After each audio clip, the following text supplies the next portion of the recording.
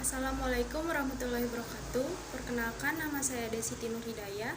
Saya merupakan mahasiswi dari program studi profesi Narstikes Muhammadiyah Ciamis. Di sini saya akan membahas tentang standar diagnosis keperawatan Indonesia.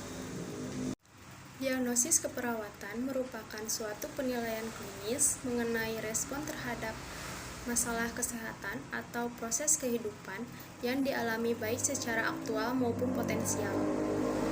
Diagnosis keperawatan bertujuan untuk mengidentifikasi respon klien, individu, keluarga, dan komunitas terhadap suatu situasi yang berkaitan dengan kesehatan. Diagnosis keperawatan dibagi menjadi dua, yaitu diagnosis positif dan diagnosis negatif.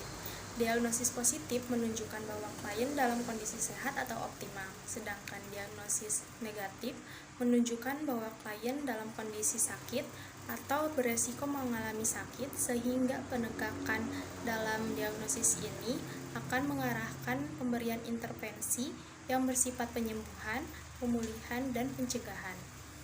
Kemudian dalam diagnosis negatif ini terbagi lagi menjadi 3 bagian, yaitu ada diagnosis aktual, diagnosis resiko, dan diagnosis promosi kesehatan.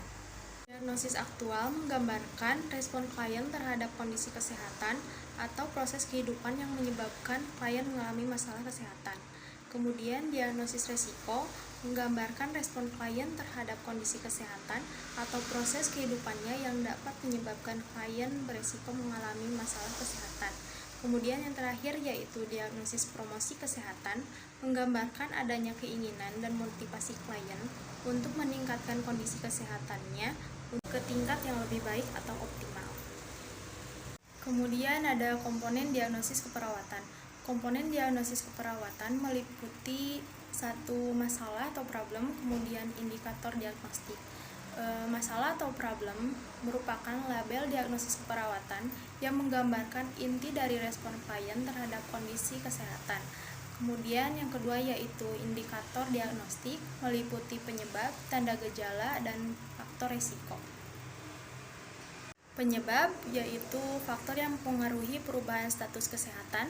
Tanda dan gejala merupakan tanda yaitu data objektif yang diperoleh dari hasil laboratorium, hasil pemeriksaan fisik, dan prosedur diagnostik. Kemudian gejala merupakan data subjektif yang diperoleh dari hasil pengkajian. Kemudian faktor resiko yaitu di mana kondisi yang meningkatkan kerentanan masalah kesehatan pada klien.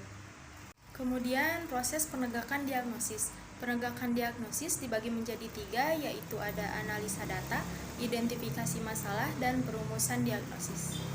Analisa data dilakukan dengan membandingkan data subjektif dan objektif yang didapatkan pada saat anamnesa atau pengkajian. Kemudian identifikasi masalah, setelah data dianalisis, lalu pernyataan masalah kesehatan menunjukkan label, diagnosis keperawatan aktual, resiko, atau promosi kesehatan. Kemudian perumusan diagnosis, contoh penulisan diagnosis yaitu resiko aspirasi dibuktikan dengan tingkat kesadaran.